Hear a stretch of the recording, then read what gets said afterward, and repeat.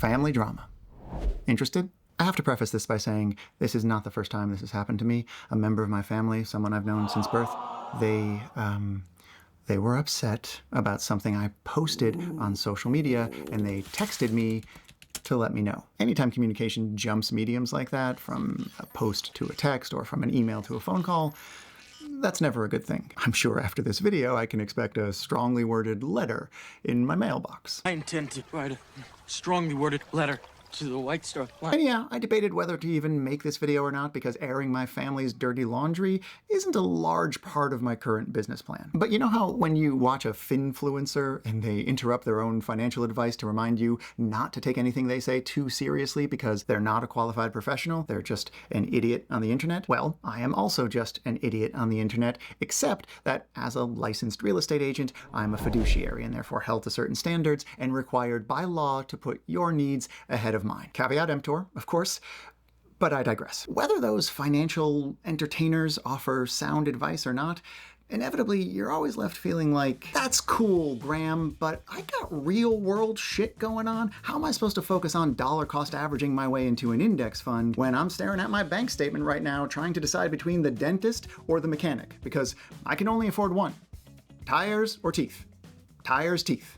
Tires. The world is messy. It's tricky to navigate during the best of times. These interpersonal squalls, they're part of the natural turmoil of life. They're part of the stormy seas upon which we sail our financial ships. So if you want to have any hope of reaching a safe harbor in your future, you'd better be prepared for rough waters. End of the metaphor. Tennessee Williams said the monosyllable of the clock is loss, loss, loss, unless you devote your heart to its opposition. So here are some monosyllables for you. You can't go where you want to go if you don't let go of where you are. The post I wrote that so irked my relative said, if you support this particular politician in any way, please unfriend, unfollow, and otherwise remove yourself from my life entirely. Thanks. Harsh. I know. Boundaries often sound harsh, but I have my reasons, and they're carefully considered, exhaustively fact-checked, logical, emotionally relevant, reasonable reasons.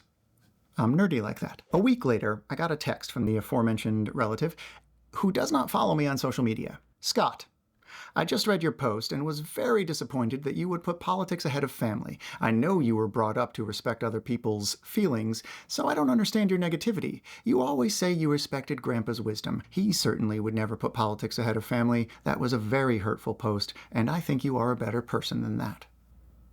Yikes. The first thing I did was throw that whole thing right into ChatGPT. Logical fallacies, condescension, emotional manipulation.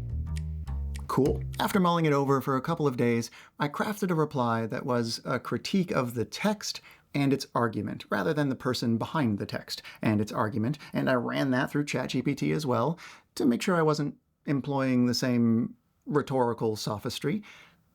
And it worked out beautifully. My relative acknowledged the error of their ways, and they apologized for overstepping. I'm kidding. That did not happen. What did happen was that I got a reply right away from my relative's spouse.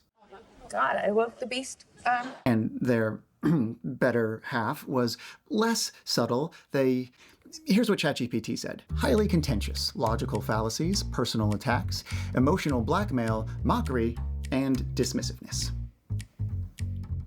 Cool. They called me a narcissist and told me never to contact them again. So I respected their wishes and I left it alone. Better to say nothing at all than something you might regret. I'm kidding. That did not happen. I wrote back one more time with a very calm, probably ill-advised, line-by-line rebuttal, highlighting my focus on the text as separate from its author. Idiot. Intern. I feel okay about it, though. A little sad, but okay, because after seeing AI's analysis, both of my words and of theirs, seeing the comparison between the two, it made me realize these are not the sort of people I want in my life. They don't have my best interests at heart. They can't even entertain the idea that I might have a point. You know, I'm a grown man with different life experiences from theirs, and if I'm taking an extreme stance on an issue, maybe I have a reason. Don't you want to know what it is before you decide you've been wounded by it? For my part, I admit that my adherence to a strict academic literary criticism approach was not the best strategy. In trying to avoid the fraught political tension, as well as attempting to rise above the vitriolic tone of their messages, I came off a little robotic and unemotional. My programming may be inadequate to the task. I can see how that'd be frustrating. But, setting boundaries doesn't make you a heartless robot. It just means you value your own sense of peace over someone else's approval. And that's not narcissism, that's not cruelty. That's just survival. You don't want facts, you don't want to hear another side. Rather sit back and be mad. You don't want to humanize anybody with a different view. Let them be or give them any kind of past. You don't want this. Yeah, I guess I gotta go check the mail. Be cool. Try to bridge gaps. Life is a whole lot better when you don't gotta face yourself. You can blame it on white, you can blame it on black. Blame it on rich, you can blame it on fat. You can blame it on anybody but yourself.